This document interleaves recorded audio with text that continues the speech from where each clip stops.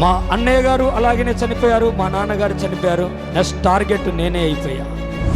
లేచి ఆటో ఎలా వెళ్ళిపోయిందంటే ఒక కరెంట్ ఆఫీసులో లోనకి వెళ్ళిపోయింది. నేను రోడ్డు మీద పడిపోయాను. సమాధానం లేదు. అంతకుముందు మా కుటుంబంలో శాంతి లేదు, మా కుటుంబంలో ఆరోగ్యం లేదు, మా కుటుంబంలో ఎప్పుడు చికాకే, అల్లరి, ఆర్థిక సమస్యలు. మారదని అన్నారు చాలా మంది, మా బాబాయ్, మా పెద్దనాన్నలు. ఇక మా అన్నయ్య కూడా మా ఇంటికి వచ్చి ఏమన్నాడంటే, ఇక నీ జీవితం అంతే అవుతున్నారు, నీ ఎప్పుడు సెటిల్ అయితే ఇక ఎవ్వరు బాగు చేయలేరురా నిన్న.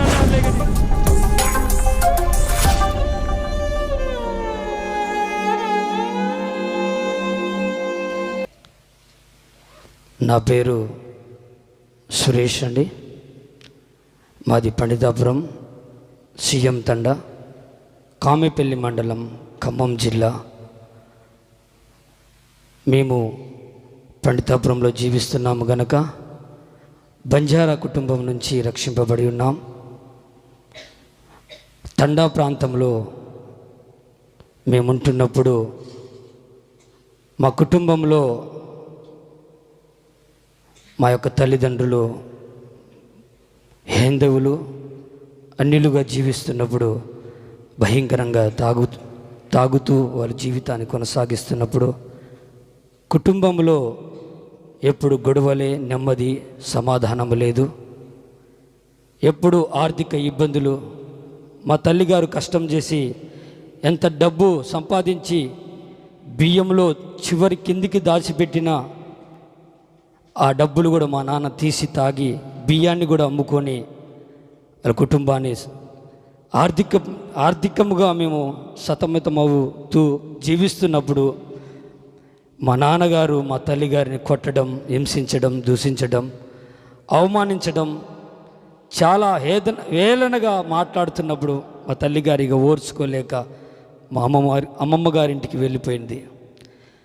అప్పుడు మా అమ్మగారు రానప్పుడు మా నాన్నగారు అక్కడికి వెళ్ళి, అమ్మ ఇకనైనా నేను తాగను, మంచిగా జీవిస్తాను, మనం కలిసి ఉందామని వారు అనుకొని మాట్లాడుతున్నప్పుడు ఒక నిబంధన చేసుకున్నారు. మా అమ్మ నాన్నకి మేము ఇద్దరం కుమారులము, నేను చిన్నవాడిని, పెద్దవాడు ఆయన చిన్నతనంలోనే చనిపోయాడు. ఆ విషయం కూడా తెలియపరుస్తాను. అయితే వారు మా అమ్మమ్మ వాళ్ళ ఇంటికి మా అమ్మగారు వెళ్ళినప్పుడు, మా నాన్న పిలవడానికి వెళ్ళినప్పుడు వారిద్దరి మధ్యన ఒక మాట అనుకున్నారు. మా అమ్మగారు అడిగారు, నువ్వు యేసు ప్రభుని నమ్ముకుంటేనే, ఈ తాగుడు నుంచి విడిపించబడితేనే, మర్చిపోతానంటేనే నేను వస్తానని మా తల్లిగారు చెప్పినప్పుడు మా నాన్నగారు సరే అని అనుకొని వారు ప్రభుని అంగీకరించారు. దేవునికి స్తోత్రం. మేము చిన్నగా బాలుడిగా ఉన్నప్పుడు, చిన్న వయసులోనే 8-9 సంవత్సరాలు, మా అన్నగారికి 9, నాకు 8 సంవత్సరాలు. ఆ చిన్నతనంలో మాకు ప్రభు గురించి తెలియదు. మేము మా తల్లిదండ్రులతో వెళ్తూ వచ్చేవారము. మా తండ్రి, ఆ మద్యానికి బానిసైన తండ్రి మర్చిపోయాడు. ప్రభుని నమ్ముకున్నారు. 1 సంవత్సరము నీతిగా, నిజాయితీగా ప్రభునామాన్ని మహిమపరుస్తూ ప్రతి క్రమము తప్పకుండా మందిరానికి వస్తూ ఉన్నారు. సంవత్సరం అయిపోయిన తర్వాత 2వ సంవత్సరంలోనే ఒక అనర్థంగా, ఒక ప్రమాదకరముగా మా అన్నగారు చనిపోయారు. ఎలా చనిపోయారంటే, చిన్న వయసులో చెరువుకని వెళ్ళి, చేపలకని వెళ్ళి, అక్కడ ఒక బావి ఉంటే ఆ బావి చిన్న లోతుగా ఉందని నలుగురు ఒకరితో ఒకరు మాట్లాడుకొని, చాలా తక్కువ లోతుంది, మా నాన్నగారు దిగారని ఒక అబ్బాయి చెప్పినప్పుడు ఆ మాటకి నమ్మి మా అన్నయ్య బట్టలిప్పి ఆయన ఆ యొక్క బావిలో దూకగానే, చిన్నతనంలోనే ఆయన 10వ సంవత్సరం వచ్చినప్పుడు ఆయన ఆ బావిలో దూకగానే, చిన్నదే అనుకున్నాడులే కానీ 2 గంటలంత లోతుంది ఆ బావి. అందులో పడిపోగానే బయటికి రాలేకపోతున్నాడు. నటిస్తున్నాడేమో అని ఆ పిల్లలు అనుకొని రాళ్ళు కూడా వేశారు. కానీ మా అన్నయ్య నటించట్లే, లోన మునిగిపోతున్నాడు. మేము నమ్ముకొని సంవత్సరమే అయిపోయి 2వ సంవత్సరంలో అడుగు పెడితే, ఆ రోజు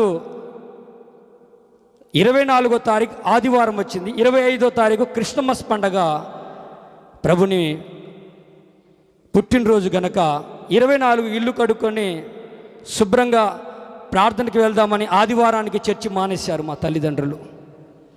ఎలాగైనా సోమవారం క్రిస్మస్ పండగ ఉంది కదా వెళ్దామని, ఎందుకులే అని ఆగిపోయారు. ఆగిపోవడం కారణం బట్టి మా అన్నగారు కోల్పోయారు. దేవునికి మహిమ కలుగును గాక. ఆదివారము అది ప్రభు విశ్రాంతి దినము గనక, పునరుద్ధాన దినము గనక ఆచరించాల్సింది. ఆచరించినప్పుడు ఆయన బావిలో పడిపోయినప్పుడు చనిపోయి మాకు తర్వాత లేటుగా తెలియపరచబడింది. తర్వాత ఆయన దగ్గరికి వెళ్ళినప్పుడు చనిపోయి ఉన్నాడు. అయితే ఆయన చనిపోయింది అదృష్టం ఏంటంటే ఆదివారం నాడు బావిలో పడి చనిపోవడం, అది ప్రత్యక్షంగా దేవుడు ఆయన ఏర్పాటు చేసుకొని ఆయన తీసుకొని వెళ్ళిపోయాడు. దేవునికి స్తోత్రం. అయితే ఇక మా బంధువులు వచ్చేసారు. ఏదైనా కుటుంబంలో అనార్థం జరిగితే ఏమవుతుందండి? బంధువులు వచ్చేసారు. ఇరుగు పొరుగు కుటుంబాలు వారు వచ్చి పలుకాకులు వేధించి, నిందించి, అవమానించి మాదిక మాల దేవుణ్ణి నమ్ముకున్నారని ఎంతోమంది హేళన చేశారు. కానీ మా తల్లి మాత్రము ప్రభును సమర్పణ కలిగి ప్రార్థన పరురాలిగా ఆమె మాత్రం యేసుని ఎడవక కొనసాగిస్తున్నది జీవితాన్ని. అలాగే మా జీవితాన్ని కొనసాగిస్తుండగా ఆ క్రమంలో మా నాన్నగారు ఏం చేశారంటే, నా పెద్ద కుమారుడు చనిపోయాడని ఏదైతే మద్యం మానేసి మరలా వచ్చాడో అదే మద్యానికి మరలా బానిసైపోయాడు మా తండ్రి. ఎందుకంటే నా కుమారుడు, పెద్ద కుమారుడు చనిపోయారు యేసు ప్రభులో వచ్చి. వాళ్ళ అన్నలు వాళ్ళ అక్కలు వచ్చి వాళ్ళని, మా నాన్నగారిని వేధిస్తున్నారు, నిందిస్తున్నారు. ఏం దేవుణ్ణి నమ్ముకున్నావు కానీ యేసయ్య గొప్పతనము వారికి తెలియదు కనుక వారు మాట్లాడారు. కానీ తర్వాత అలాగనే మా నాన్న జీవిస్తున్నాడు తాగుడులో. మా నాన్న అక్కడ ఇక్కడ ఒక క్రమమైన ఒక సరి అయిన పద్ధతి లేకుండా జీవిస్తున్నాడు. అంటే కోళ్ళ ఫారంలో, చికెన్ షాపులో ఒక కాడ క్రమం లేకుండా ఆయన ఎలాగంటే ఒక క్రమ పద్ధతి లేకుండా జీవిస్తుంటే ఆ తాగుడు వలన ఆయనకి ఎక్కడ తీసిపోతున్నాడంటే, నన్ను కూడా మా అన్నయ్య చనిపోయిన తర్వాత నన్ను కూడా అనేక గ్రామాలు తిప్పారండి. ఎలా అంటే ఒక శాపమైన జీవితం మా కుటుంబంలో.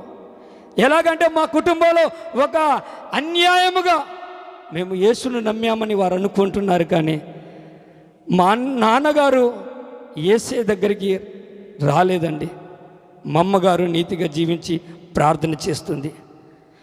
2000లో మా అన్నయ్య గారు చనిపోయారు.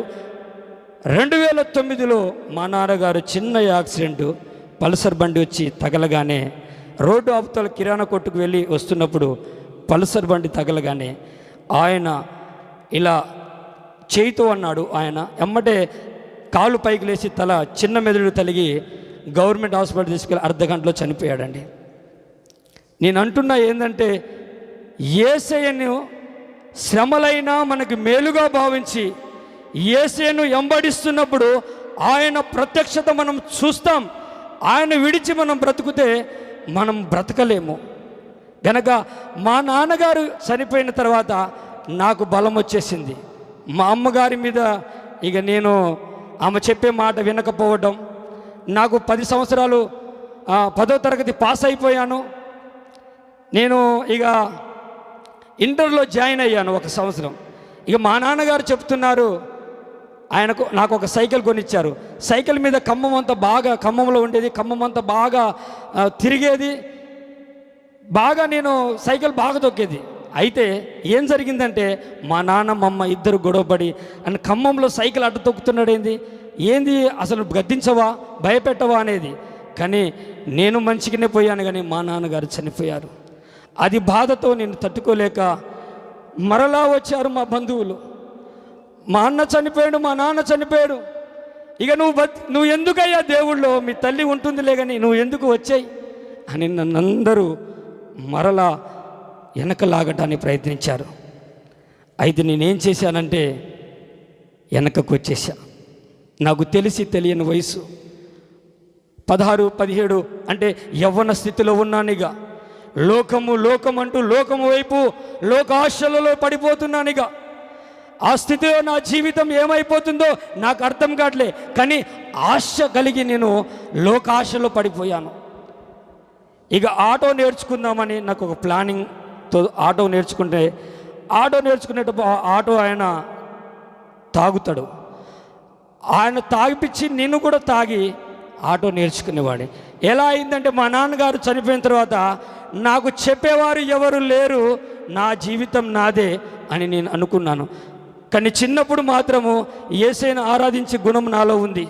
చిన్నప్పుడు మా ఇంటి పక్కన చిన్న యొక్క స్థలంలో చిన్న గుడిసె కట్టి చిన్నపిల్లలతో ఆరాధించే ఆ యొక్క అనుభవంలో దేవుడు చిన్నప్పటి నుంచి నడిపించాడు. కానీ యవ్వన స్థితి రాగానే నేను పడిపోయాను లోకంలో. ఈ లోకంలో మా బంధువులు మా స్నేహితులు ఏమంటున్నారంటే, ఎందుకయ్యా మీ అన్నయ్య చనిపోయాడు, మీ నాన్న చనిపోయారు, ఇక నువ్వు కూడా వచ్చి అంటే నేను కూడా లోకం వైపు తిరిగేశాను. కానీ యేసయ్య అనాది ప్రణాళికలో నన్ను ఏర్పాటు చేసుకున్నాడు కనుక లోకం వైపు నేను తిరిగి ఉన్నా కానీ ఆయన నన్ను నడిపిస్తూనే ఉన్నాడు. ఎలా నడిపించాడంటే కొన్ని విషయాలు చెప్తున్నాను. తాగుడికి బానిస అయిపోయాను. ఇక తాగుడంటే పిచ్చి. తాగుడికి ఎవరైనా పిలిచినా వెంటనే వెళ్ళిపోయేవాడిని. అలా జీవిస్తూ ఆటో కిరాయికి తోలుతూ నా బ్రతుకును సాగిస్తున్నప్పుడు ఏం జరిగిందంటే, అకస్మాత్తుగా పెళ్లి సంబంధం కుదిరింది. పెళ్లి సంబంధం కుదిరాక ఆ పెళ్లి సంబంధం నచ్చిందని, ఆ పెళ్లి సంబంధం మాకు ఒకేననుకొని ఇక నా ఫ్రెండ్స్కి పార్టీ ఇచ్చి, ఉంటారు కదా ఫ్రెండ్స్కి పార్టీ ఇచ్చి తాగి క్వార్టర్ తాగాల్సింది హాఫ్ క్వార్టర్ తాగేశాను. ఎంజాయ్లో తాగేసిన తర్వాత నేను ఒక ప్రాంతానికి వెళ్ళా. ఏంటంటే నా స్నేహితుడికి అక్కడ పంపించి రావాలి. అక్కడ పంపించి మళ్ళీ రావాలి కనుక నా ఫ్రెండ్తో ఏమన్నానంటే, నేను తాగింది నాకు సరిపోలేదు, నువ్వు నాకు తాపిస్తే నేను వస్తానని చెప్పాడు.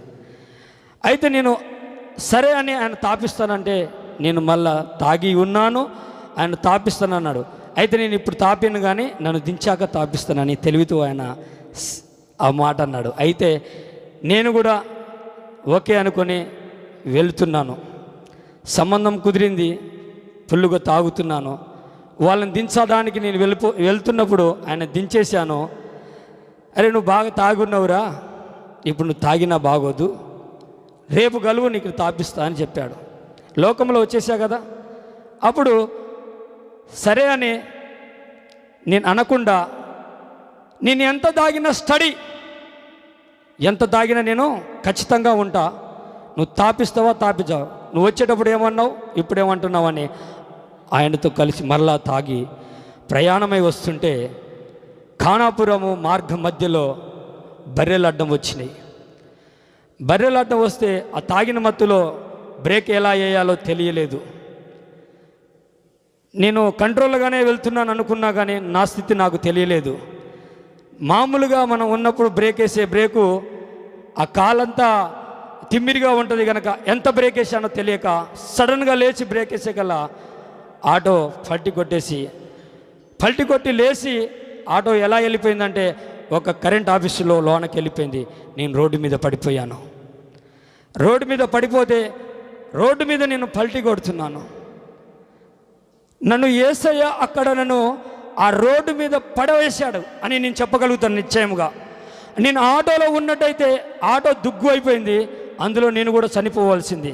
కానీ ఇట్ట పడిపోగానే నాకు తెలియలేదు. కానీ చిన్న చిన్న గాయాలు ఎలా అయ్యాయంటే తల నిండా 24 కుట్లు పడిపోయినాయి. నాకైతే తెలియలేదు, సొయ్యి కూడా లేదు. ఈ తల అంతా పగిలిపోయి కుట్లేశారు. ఈ సైడు పగిలిపోయింది, ఈ చెవు వేలాడింది, ఇక్కడ నుదిటి కాడ కుట్లు పడ్డాయి. ఇవన్నీ తల నిండా కుట్లు వేసి తల నిండా మనం ఇక కడతారు కదా, పాటో కట్టినప్పుడు ఏం జరిగిందంటే సంబంధము ఒకే అనుకున్న వారు చూడటానికి వచ్చారు. హల్లెలూయా. ఎప్పుడు రావాలి? మంచిగా ఉన్నప్పుడు రావాలి. కానీ వాళ్ళు హాస్పిటల్లో వచ్చి చూసి ఇక అక్కడ మా పెద్దమ్మ ఉండేది, ఇక ఈ పిల్లగాడు యాక్సిడెంట్ అయింది, ఆయనకి ఎక్కడెక్కడ తలిగినాయో 24-30 గుడ్లు దాకా పడ్డాయి, ఆ పిల్లగాడికి మీరు అమ్మాయిని ఇవ్వద్దని చెప్పి వారు చూసి వెళ్ళిపోయారు. నేను పొద్దునే లేచి నా ముఖము నేను చూసుకున్న అద్దంలో, అమ్మ ముందు అద్దం తీసుకురా అంటే అద్దం చూస్తే, అద్దంలో నా ముఖం చూస్తే ఈ యొక్క చెంపంతా ఆ డాంబర్ రోడ్డు మీద రాసుకుపోయి అట్టగట్టి ఉన్నదండి. స్తోత్రం. ఈ చెవు వేలాడింది, దాన్ని కుట్లేశారు, ఇక్కడ కుట్లేశారు, కాళ్ళు చేతులు అన్నీ డోక్కపోయాయి. మరణ అంచులో ఉన్న నా జీవితాన్ని యేసు నన్ను రక్షించాడు. ఈ మాట ఎందుకు చెప్తున్నానంటే, మా కుటుంబం మీద చాతబడి శక్తుల ప్రవాహము భయంకరంగా ఉంది. ప్రభుని నమ్ముకున్న స్టార్ట్ నుంచి వారు అపవాది చేసే ప్రయత్నం ఏంటంటే, అపవాది క్రైస్తవుల మీదనే దాడి చేయాలని ప్రయత్నిస్తాడు వాడు. మా అన్నయ్య గారు అలాగనే చనిపోయారు, మా నాన్నగారు చనిపోయారు. నెక్స్ట్ టార్గెట్ నేనే అయిపోయా. మరణ అంచులో పడిపోయిన నా జీవితాన్ని, మరణ స్థితిలో ఇక నా అయిపోయింది, పిల్లనియ్యనన్నారు. ఇక నా బ్రతుకు వేస్ట్, ఎక్కడికి వెళ్ళినా జీవితంలో విజయం లేదు, అపజయమే. తాగుడికి బానిస అయిపోయినా నా బంధువులు ఒక్కరు కూడా నన్ను పిలిచి లోటా మంచినీళ్ళు ఇచ్చేవారు కాదు. ఎందుకంటే తాగి అల్లరి చేసి గొడవ చేసేవాడిని నేను. తర్వాత ఏం జరిగిందంటే, క్రమక్రమంగా గాయాలు మానుతున్నాయి. నా భార్య ఏదైతే ఆ సంబంధం ఓకే అనుకున్నారో, వాళ్ళ మొబైల్ నెంబరు నా మొబైల్లో ఉంది కనుక నేను ఫోన్ చేస్తున్నప్పుడు, ఇప్పుడున్న నా భార్యనే అండి. నాకు మొట్టమొదటిగా ఒకటే సంబంధం వచ్చింది. అదే దేవుడు ఆదామును ఎలాగైతే అవ్వగా పక్కటెముకలో నుంచి ఎముక తీసి అవ్వమ్మను ఏర్పాటు చేసిన నాకు నా అవ్వమ్మ దేవుడు ఏర్పాటు చేశాడు. దేవునికి స్తోత్రం. కానీ నేను అనుకోలేదు నాకు పెళ్ళి అవుతుందని. నా కాళ్ళంతా డోక్కపోయి గాయాలు, చేతులు గాయాలు, అన్ని గాయాలే. కానీ నాకు ముఖం చూడకుండానే ఫోన్లో మాట్లాడుతూ మా ప్రేమను కొద్దిగా దేవుడు కొనసాగించాడు. దేవునికి స్తోత్రం. ఆమె రియల్గా నాకు చూసినట్టయితే నాకు పెళ్లి చేసుకోదండి. ఈ తలనండే గాయాలు కనుక రియల్గా హాస్పిటల్లో వచ్చి చూస్తే మాత్రం పెళ్లి చేసుకోదు. మాట ద్వారా దేవుడు ఆయన ప్రేమ కలిగించి ఆయననే నేను పెళ్లి చేసుకుంటానని ఆమె చెప్పడం. మా మామగారు వద్దన్నారు, మా మామగారు తల్లిగారు వద్దన్నారు. కానీ మా మిస్సెస్, మా భార్య తల్లిగారు ఓకేనని చెప్పి నాకు జత చేశారు. దేవునికి స్తోత్రం. కానీ నన్ను ఇష్టపడి ఆమె పెళ్లి చేసుకుంది, కానీ ఆమెని ఎప్పుడు నేను సుఖముగా ఉంచలేదు, ఎప్పుడు సుఖముగా ఉంచలేదు. తాగుడే తాగుడు, ఆమెను పెళ్లి చేసుకున్న తాగుడే తిరుగుడే. అసలు ఘోరమైన పాపుల్లో మొదటి పాపి నేనే. తాగుడు. ఎవరైనా ఫోన్ చేస్తే, నాకు ఆటో డ్రైవింగ్ చేస్తాను కదా, యాక్సిడెంట్ అయినాయి కదా, ఆటో డ్రైవింగ్ చేస్తాను కనుక నా ఆటోలో డీజిల్ పోపించాలి, నా కడుపులో మందు పోపిస్తేనే నేను వస్తానేటోని. దేవునికి స్తోత్రం.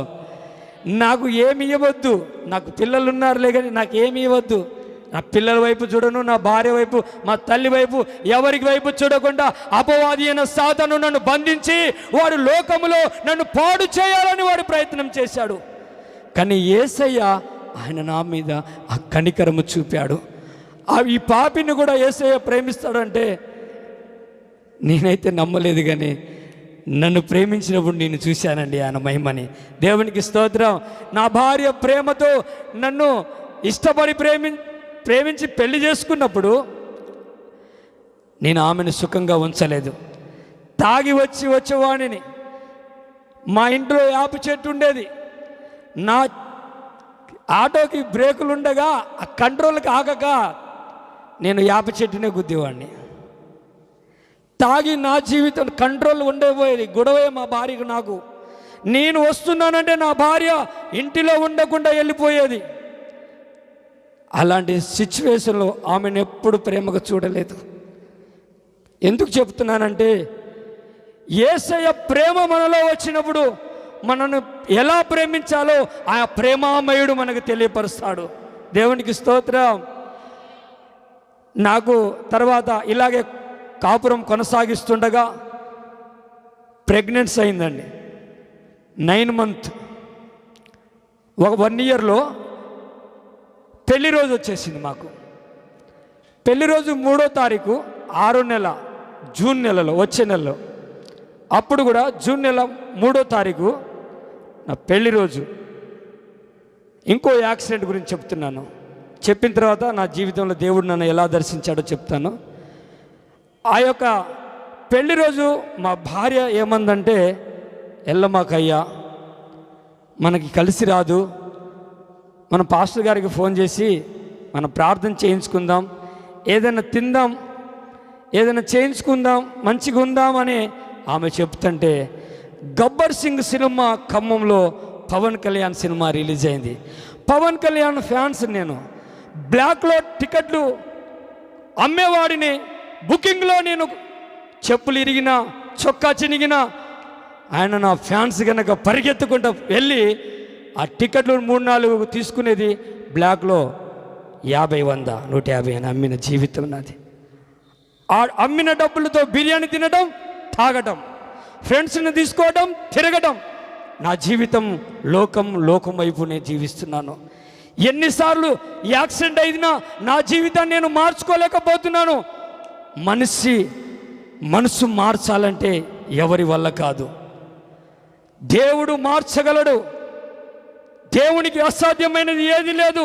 ఆయన సమస్తం సాధ్యం చేయగల దేవుడు. నేను పవన్ కళ్యాణ్ ఫ్యాన్స్గా నేను తిరుగుతున్నాను. వెంకటేష్ ఏ సినిమా వచ్చినా చూసేవాడిని, కుటుంబాన్ని పట్టించుకునే స్థితిలో లేను నేను. అయితే గబ్బర్ సింగ్ సినిమా చూసి మా బామర్ది కామెపల్లి, మా మిస్సెస్ వాళ్ళ పెదనాన్న కొడుకు, ఆయన తీసుకొని వెళ్ళి గబ్బర్ సింగ్ సినిమా చూసి గబ్బర్ సింగ్ డ్యాన్స్ చేసి ఆ ఒడ్డు దగ్గర, కాలువ దగ్గర, ఖానాపురం ఆ ఏరియా లోనకి చెట్లలో వెళ్ళి డ్యాన్స్ చేస్తూ, ఆటోలో డెక్కులు డ్యాన్స్ చేస్తూ, భయంకరంగా తాగి ఎంజాయ్ చేస్తూ నేను మరలా తిరిగి ఇంటికి వెళ్ళాలని వస్తుంటే మా బామర్ది నా రైట్ సైడ్ కూర్చున్నాడు ఆటోలో. అయితే నేను ఇక మా కాంపెల్లో ఉంది మా మిస్సెస్, అక్కడికి వెళ్దామని ప్రయాణం వెళ్తుంటే మా బామర్దికి ఏమన్నానంటే, నువ్వు ఇటుపక్క కూర్చున్నానా, ఇటు వద్దులే అన్న ఆయన్ని. సరే, ఆయన కూడా నా మాట ఇటు పక్క వచ్చి కూర్చున్నాడు లోనకి. అయితే ఏం జరిగిందంటే, తాగడానికి డబ్బులు లేవు. సర్వీస్ చేసుకుంటే నేను కామెపల్లి వెళ్ళాలని జనాలను సర్వీస్ చేసుకుంటూ వెళ్తున్నాను. బాగానే తాగి ఉన్నాను, తక్కువ కంట్రోల్లో ఉన్నాను, మరీ ఎక్కువ కాకుండా తక్కువ కంట్రోల్లో ఉన్నాను. తాగుతూ వెళ్తున్నప్పుడు, డ్రైవింగ్లో చేస్తున్నప్పుడు జనాలు ఎక్కించుకుంటూ పోతుంటే శివాయిగూడెం దగ్గర వచ్చగానే అటు నుంచి ఒక అప్పి ఆటో, ఇటు నుంచి నా బజాజ్ డీజిల్ 2 ఎదురు గుద్దుకొని ఇటు పక్కన ఆయన కామెపల్లి, ఆయన కాలు ఇరిగిపోయింది, బొక్క బయటకు వచ్చేసింది, కాలు ఇరిగిపోయింది. అక్కడ జస్ట్ ఆ యొక్క ముందు ఉన్న టైర్కి వచ్చి తలిగినట్టయితే ఆటో, నేను చనిపోవాలి. ఆ సిచ్యువేషన్ భయంకరంగా స్పీడ్లో ఉన్నా నేను. ఆల్రెడీ వెనక కూర్చోమన్న ప్యాసింజర్ అంటున్నారు, బాబు నువ్వు తాగున్నావు అనుకుంటా, నువ్వు చిన్నగా పోనీ, లేకపోతే ఆటో ఆపు దిగుతావు అంటున్నారు. ఎంత తాగినా స్టడీ అండి. తాగుల్లో ఇప్పటి నుంచి కాదండి నేను తాగేదని చెప్పేవాడిని ఆయన్ని. అక్కడ ఆ యాక్సిడెంట్లో కూడా దేవుడు తప్పించాడు. అటునుంచి వస్తున్న ఆ ఆటోలో ఆయన ఒక హార్ట్ స్ట్రోక్తో ఉన్నాడు. ఈ యాక్సిడెంట్ జరిగింది అక్కడ, ఆటో అక్కడ పక్కన పెట్టిన తర్వాత అందులో ఉన్న వ్యక్తి ఆయన చనిపోయాడు. ఆయనకి హాస్పిటల్ తీసుకెళ్తున్నారు, ఆయన చనిపోయాడు. ఇటున్న వ్యక్తికి బొక్క ఇరిగింది. ఏం తెలియక పంచాయతీలో పెడితే 30 ఏళ్ళు అన్నారు. అది కూడా వాళ్ళే ఇచ్చారు, నా తప్పు లేదు. కానీ ఆ తాగిన మత్తులో నా మీద తప్పేశారు. అక్కడ కూడా ఆ యాక్సిడెంట్ నుంచి దేవుడు తప్పించాడు. 7వ తారీఖు నా కుమారుడు పుడతాడు, 3వ తారీఖు ఈ యాక్సిడెంట్ జరిగింది పెళ్లి రోజు. అప్పుడు చనిపోయినదే నాకు నా కుమారుడిని నేను చూడకపోయేటోనేమో. కానీ దేవుడు అనాది ప్రణాళికలో ఆయన సంకల్పం చొప్పున నేను పిలువబడి ఉన్నాను గనక నన్ను ఆయన రక్షించుకున్నాడు, ఆయన నన్ను పిలుచుకున్నాడు. దేవునికి స్తోత్రం. నా చిన్న కుమారుడు, నాకు 2 కుమారులు కోల్పోయినాయి, మరలా దేవుడు నన్ను కనుగ్రహించాడు. నా పెద్ద కుమారుడు కోటేష్, చిన్న కుమారుడు దినేష్. మా నాన్నగారు మా అన్న ఇద్దరు చనిపోతే మరలా నన్ను 2 కుమారుడు దేవుడు ఇచ్చాడు. దేవునికి స్తోత్రం, హల్లెలూయా. దేవునికి మహిమ కలుగును గాక. పిల్లల్ని చూడకపోయేవాడిని, నా వ్యసనము కొరకు, నా తాగుడు కొరకు నా భార్యని నేను గెలికి, పిల్లల్ని కొట్టి నా భార్యని నేను పంపించేవాడిని నేను చెప్తున్నాను. నేనే గెలికి నా భార్యని పంపించేవాడిని కొట్టి గొడవ పడి. ఎందుకు చెప్తున్నానంటే నాకు తాగుడికి తిరగడానికి నాకు వీలు లేదు. అలా నన్ను సాతానుడు వాడు బంధించి వాడు నన్ను పాడు చేయాలని, నా కుటుంబాన్ని పతనం చేయాలని చాతబడి మాంత్రిక శక్తులు మా మీద వేలుబడి చేస్తున్నా కానీ పరిశుద్ధాత్మ దేవుడు మమ్మల్ని చూస్తూనే ఉన్నాడు. ఆయన యెహోవా వీరేగా ఆయన మమ్మల్ని గమనిస్తూనే ఉన్నాడు. ఇకనైనా వస్తాడేమో, ఇకనైనా నా కుమారుడు వస్తాడేమో. ఆయన కనుకెర పూర్ణుడు, దయా దాక్షిణుడు, నా పైన ఆయన కృప చూపుతూ నడిపిస్తూ ఉన్నాడండి. దేవునికి స్తోత్రం. నా పిల్లల్ని గల్లాబెట్టి లాగేవాడిని, బూతులు తిట్టేవాడిని. నా పిల్లల్ని కొడుతున్నాని నా భార్య వెళ్ళిపోయేది. నన్ను ప్రేమించి యాక్సిడెంట్ అయిపోయినప్పుడు నా రూపమే మారిపోయింది. నా సొగసు నేను కోల్పోయాను, అందం కోల్పోయినా నన్ను ప్రేమించి నా దగ్గరికి వచ్చిన నా భార్యని ఏనాడు సుఖంగా చూసుకోలే, నా పిల్లని ఏనాడు సుఖంగా చూసుకోలే, మా తల్లిని ఏనాడు నేను ప్రేమతో చూసుకోలే. ఎప్పుడు మా అమ్మ దగ్గర నుంచి డబ్బులు తీసుకోవడమే. ఆటో యాక్సిడెంట్ కావడం, ఆటో కొనుక్కోవడం, కొత్త ఆటో తీసుకోవడం, మళ్ళా గుద్దటం, ఇదే జీవితం. ఎక్కడ పోయినా గుంటలో పడేయటం, కింద పడేయటం. ఎన్నో యాక్సిడెంట్ జరిగినాయండి. ఇంకో యాక్సిడెంట్ చెప్పి భయంకరంగా 3 యాక్సిడెంట్లు 2 చెప్పి. ఇంకో యాక్సిడెంట్ ఏంటంటే, నేను ఖమ్మం నుంచి పండితాపురం వస్తుంటే మా అమ్మగారు అన్నమును, కుటుంబాల సమాధానం లేక మా భార్య వాళ్ళ తల్లిగారింటి కాడ, మా అమ్మ వంట మాస్టర్ చేస్తుంది కనుక ఖమ్మంలో ఆమె ఒక రూమ్లో ఉంటుంది. నేను ఎక్కడ ఉండాలో నాకు తెలియక మా నాన్న కట్టించిన ఇల్లు ఉందని పండితాపురం వస్తున్నా. నేను ఇంటికాడ పండితాపురంలో ఉంటున్నా.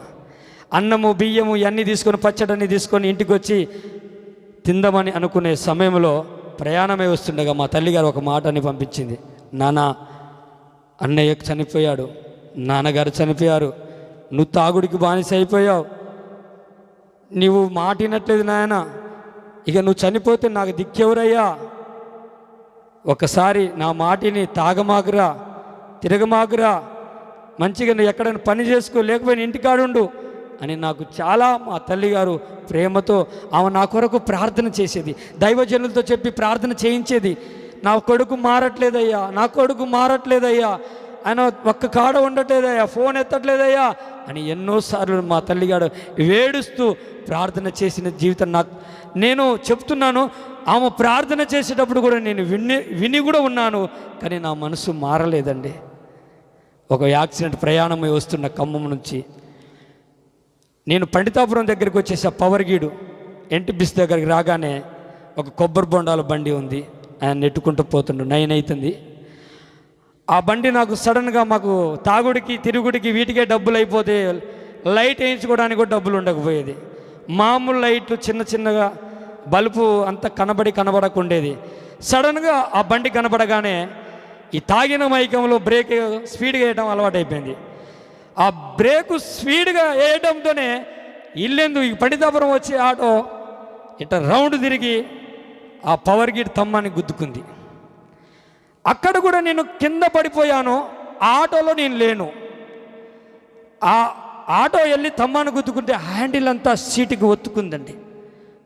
అందులో కూడా నేను లేకుండా, నా పాదములు జారకుండా ఆయన నన్ను చేయి పట్టుకుని ఎత్తుకుని కిందకి త్రోసివేయబడాను. నేను నా 2 కుమారులు చిన్న వయసులో 18 సంవత్సరాలకి నేను పెళ్లి చేసుకున్నా. ఆ భార్య 14 సంవత్సరాల చిన్న వయసులోనే ఆమెని పెళ్లి చేసుకున్నా. నా చిన్న వయసులోనే చిన్న పిల్లలు అయ్యారు. కానీ కుటుంబ సంసారం మీద నాకు ఆలోచన లేకుండా అపవాది నన్ను శోధిస్తూ, నన్ను అసలు ఒక కాడ కుదురుగా ఉండనియట్లే. ఎవరు ఫ్రెండ్స్ ఫోన్ చేస్తే వాడు కిరాయి ఇయ్యరు, ఏమి ఇయ్యరు. తాపీయడం 100 తాపిస్తే నేను పొద్దాక కిరాయి చేసి 500 తోలుకొని 1000 రూపాయలు తోలుకున్నా కానీ చివరికి ఇంటికి వెళ్ళే గల 50 రూపాయలు కూడా మిగలకపోయేది. కానీ దేవుని సన్నిధిలో నేను ప్రార్థన చేస్తూ వెళ్ళేది, మళ్ళీ వచ్చేటప్పుడు తాగి వచ్చేది. భయం ఉండేది, భక్తి లేదు. 10 భాగాలు తీసేది, కానీ సంపూర్ణమైన భక్తిలో లేను. ఫ్రెండ్స్ ఏదైనా దేవుని పెట్టుకుంటే వెళ్ళేది, కానీ మందు తాగేది, మనం మొక్కింది మాత్రం ముట్టుకుపోయేది. దేవుడి మీద భయం ఉండేది, కానీ భక్తి లేదు. దేవునికి స్తోత్రం. ఆ యాక్సిడెంట్లో కింద తప్పిపోతే ఆటో వెళ్ళి గుద్దుకుంటే నేను అక్కడే లేచి నిలబడ్డానండి. కింద చిన్నగా చెయ్యి రాసుకెళ్ళింది. అక్కడున్న వ్యక్తులు మాట్లాడుకుంటే నేను విన్నాను. ఇందులో వ్యక్తి ఏడండి, చనిపోయాడా, అయిపోయిందా, తీసుకెళ్ళారా, బతికుండా లేడా అని మాట్లాడుతుంటే నా యేసయ్య నన్ను బతికించాడండి. హల్లెలూయా. మా నాన్నగారు, మా అన్నయ్య గారు ఏమో చిన్న వాటర్లో బావిలో పడి చనిపోయారు. మా నాన్నగారు చిన్న యాక్సిడెంట్ చనిపోయారు. నాకు దాదాపు 10 యాక్సిడెంట్లు అయినాయండి. 10 యాక్సిడెంట్, 3 భయంకరంగా యాక్సిడెంట్ అయినాయి. దేవుడు ప్రతిదీ ఆట బొమ్మలాగా నేను ఆటోని నడిపించేవాడిని. కింద పడిపోయేది, ఆటో మధ్యలో నిలబడేది. అన్నా ఆటో కొద్దిగా లేపుదురారా అన్నా అని పిలిచేదండి. నా యేసయ్య నన్నే ఎందుకు పిలుచుకున్నాడు, అసలు నన్నే ఎందుకు కాపాడుకున్నాడు? రోడ్డు మీద చిన్న యాక్సిడెంట్ జరుగుతుంటే ఎమ్మడే చనిపోతున్నారు. ఆ ఖానాపురంలో ఆ యొక్క రక్తపు మడుగులో ఆ యొక్క మరణకరమైన స్థితిలో నేను ఉన్నప్పుడు నన్నే ఎందుకు బ్రతికించాడు? అప్పుడు నాకు మా అన్నయ్య చనిపోయాడు, మా నాన్నగారు చనిపోయారు. నాకు పెళ్లి కాలేదు. ఆ యవ్వనంలో ఉన్న నేను చనిపోతే నాకు పిల్లలు పుట్టబోయేది, నా భార్య పెళ్లి చేసుకోపోయేటండి, మా అమ్మొకతే అనాథ అయిపోయేది. కానీ నా యేసయ్య నన్ను ఎలా దర్శించాడంటే చెప్తాను ఇప్పుడు. భయంకరంగా తాగి బట్టలన్నీ బ్యాగులో సదురుకొని నా పిల్లలని, నా భార్యని విడిచిపెట్టి నేను వెళ్ళిపోయేటోని. ఆటోలోనే పండుకునేటోని, ఆటోలోనే తినేటోని, ఆటోలోనే బట్టలు మార్చుకుని స్నానం కూడా చేయట్లేదు. సెకండ్ హ్యాండ్ మున్సిపాలిటీలో బట్టలు కొనుక్కొని సెకండ్ హ్యాండ్ బట్టలు వేసుకున్నాను నేను. నా బంధువులు ఒక్కరు నా దగ్గరికి నన్ను చేరలేదు, ఎవరు నన్ను పిలవలేదు, ఎవరు నన్ను ప్రేమించలేదు, ఎవరు నన్ను రెస్పెక్ట్ చేయలేదు. కానీ నా యేసయ్య నన్ను పిలిచాడు. ఆయన నన్ను చూశాడు. బట్టలు వేసుకొని నేను వెళ్ళిపోయేటోండి. మా తల్లిగారి దగ్గరకు పోతే మా తల్లిగారు నా జుట్టుకోడి ఆహారంతో నాకు తయారు చేసి ఆహారం పెడితే అది తిని నేను తినలేదుగా అమ్మా, నాకు అన్నం పెట్టలేదని మా అమ్మ మీద కోప్పడ్డాను.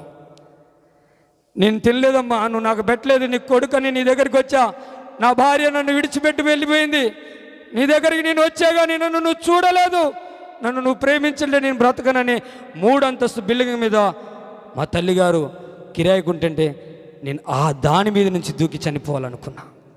నా జీవితం వద్దు కానీ ఇట్లా చనిపోయాలి, కాలు అవతల వేసాను, దూకబోయాను. జస్ట్ నా గల్లా పెట్టి మా అమ్మ లాగేసింది. అప్పుడు దేవుడు అక్కడ కూడా నన్ను రక్షించాడు. దేవునికి స్తోత్రం. ఇక తాగి నేను వెళ్ళిపోతున్నప్పుడు మా భార్య నన్ను ఈ గొడవ తట్టుకోలేక ఇక నువ్వు వద్దని ఆమె కూడా చెప్పేసింది. సెల్ ఫోన్ ఇసిరేసింది, ఈ చెవు దగ్గరికి వెళ్ళిపోయింది. ఒకవేళ నన్ను చంపేసిద్దేమో, కొట్టి ఎందుకులే అని వదిలేద్దాము, ఇక ఏదైనా కానీలే, ఒంటరికి బతుకోవచ్చు, హైదరాబాద్ పోదాంలే అని ఆ జీవితంలో నేను మగవాడిని కదా, ఎక్కడైనా తిరగవచ్చు అని ఆ భ్రమలో నేను ఉన్నాను. కానీ తాగి మా తల్లితో గొడవపడి మళ్ళీ నేను వచ్చినప్పుడు మా పిల్లలు గుర్తుకొచ్చారు. తాగిన మత్తులో గుర్తురాలి, మళ్ళీ పిల్లలు, నా భార్య గుర్తుకొచ్చి అదే నైటు ఇంటికి వచ్చి తలుపు కొట్టానండి. మా భార్య దగ్గర ఎవరు లేదు, పిల్లలే ఉన్నారు. తలుపు కొడుతుంటే మా భార్య భయపడుతుంది, ఎవరు వచ్చారని. నేనేమో మౌనంగా మాట్లాడకుండా సైలెంట్గా తలుపు కొడుతున్నా, నేను అనుమానంతో తలుపు కొడుతున్నా నేను. ఆమె తలుపు తీయకపోతే అమ్మాయి నేను అని చెప్పినప్పుడు ఆమె తలుపు తీసింది. ఫుల్ తాగున్నాను. నాకు ఆ సమయంలోనే స్నానము చేపి తలస్నానము నన్ను ఇంటిలో పండుకోబెట్టింది. ఎంతో చాకిరి చేసింది, నన్ను ప్రేమించింది. నన్ను విడిచి ఆమె ఎప్పుడు వెళ్ళినా కానీ పిలవగానే వచ్చేసింది నా మీద ప్రేమను బట్టి. దేవునికి స్తోత్రం. అయితే నేను ఇంటికి వచ్చాను కదా, స్నానం చేసి పండుకున్న తర్వాత పొద్దున్నే లేచాను. అక్కడ ఒక ఆత్మీయ బ్రదర్ ఉన్నారు, ఇమ్మానియల్ గారని. వాళ్ళ ఇల్లు నేను కిరాయికుంటున్న ఇల్లు దగ్గరలో ఉంది. బ్రదర్, మా ఇంట్లో కూడిక ప్రార్థన ఉంది, గృహ కూడిక, సాయంత్రం మీరు రావాలి కుటుంబంగా. ఈ మధ్య తాగుతున్నవంటగా తిరుగుతున్నవంటగా అని అనుకొచ్చాడు. లేదన్నా తగ్గిందిలే, ఏం లేదని అన్నా. మా భార్య ఏమంటుందంటే, వెళ్దాం, నువ్వు రాకపోతే నేను నీతో ఉండను, నేను వెళ్ళిపోతా.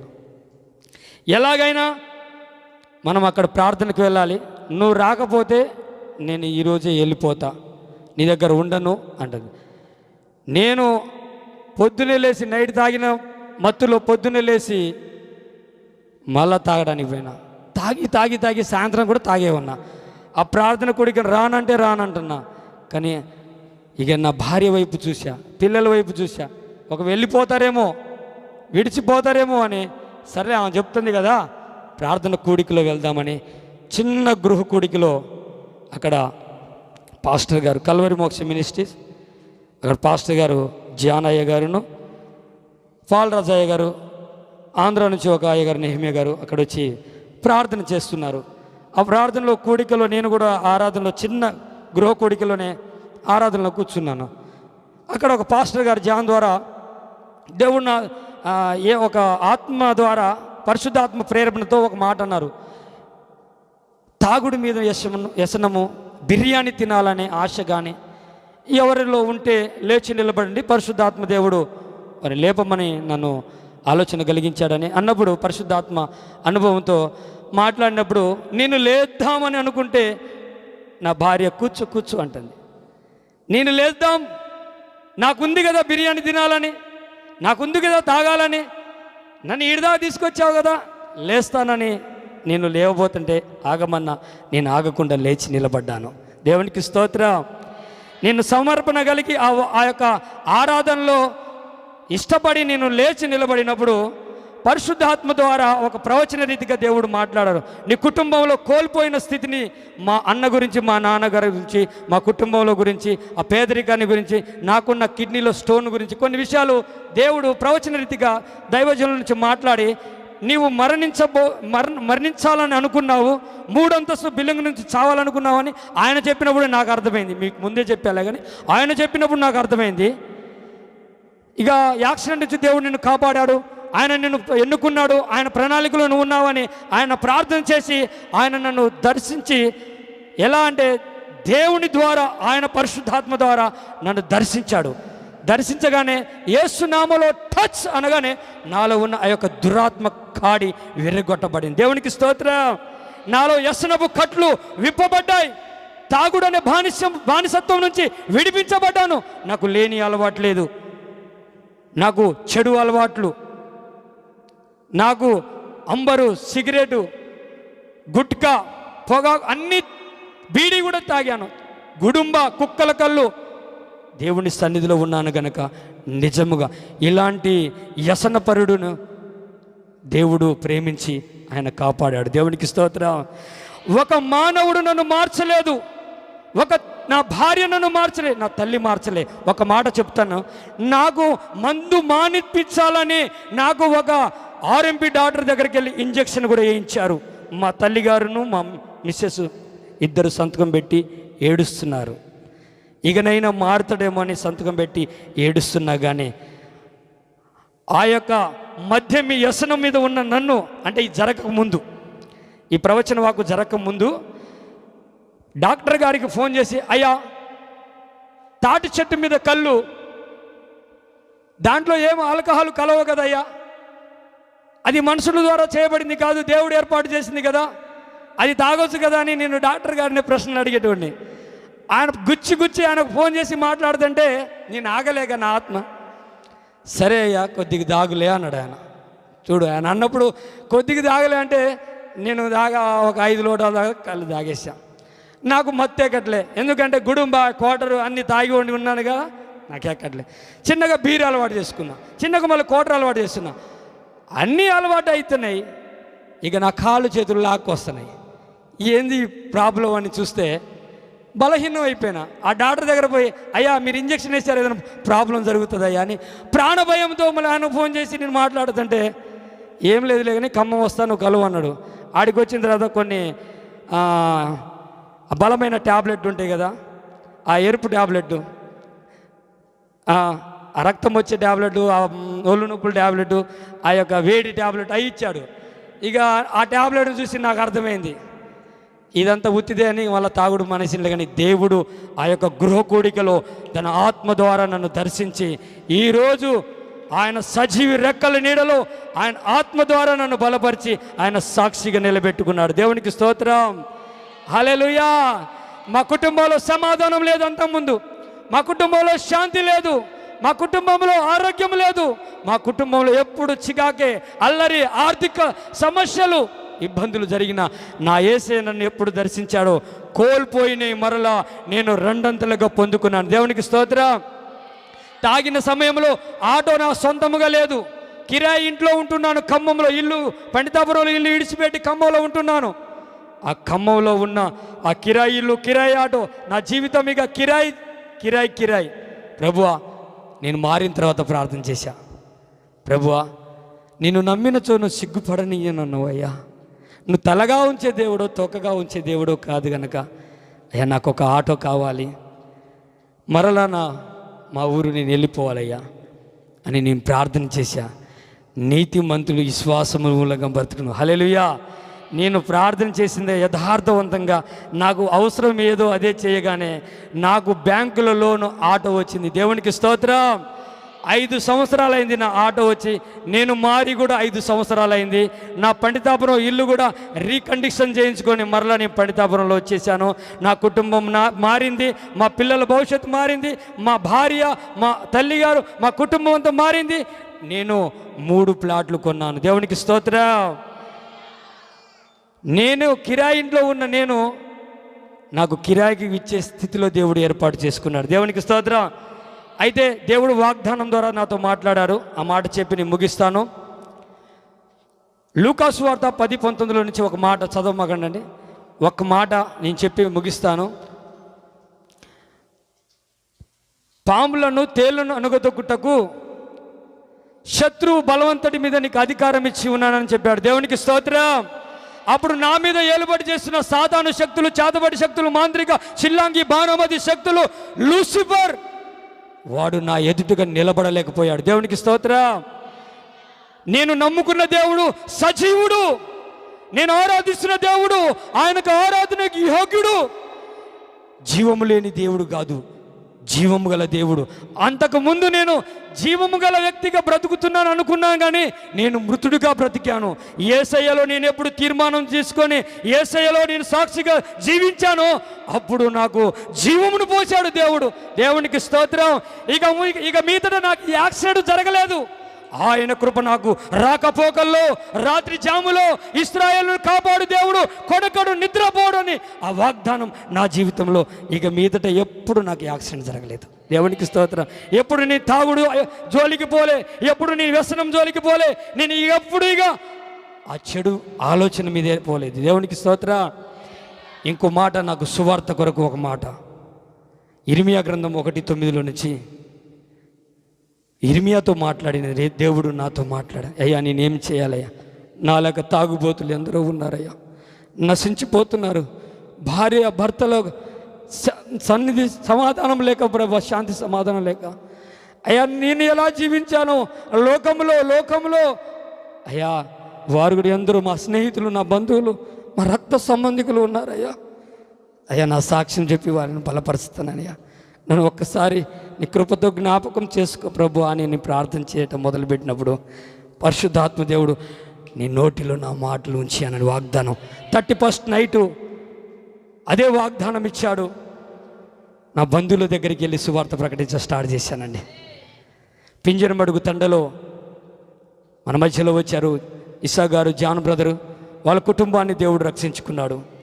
కామెపల్లి తండలో మా మిస్సెస్ వాళ్ళ పెదనాన్న, మా బామర్ది, వాళ్ళ అన్నదమ్ములు, అక్క, వాళ్ళ కుటుంబం కూడా రక్షించబడిందని దేవునికి స్తోత్రం. మా పండితాపురంలో కూడా రక్షించబడింది. పండితాపురంలోను, పింజరమడుగు తండలోను, అలాగే ఖమ్మం కల్వరి మోక్ష మినిస్ట్రీ ద్వారా పరిచర్యలు కూడా నేను వాడబడుతున్నానండి.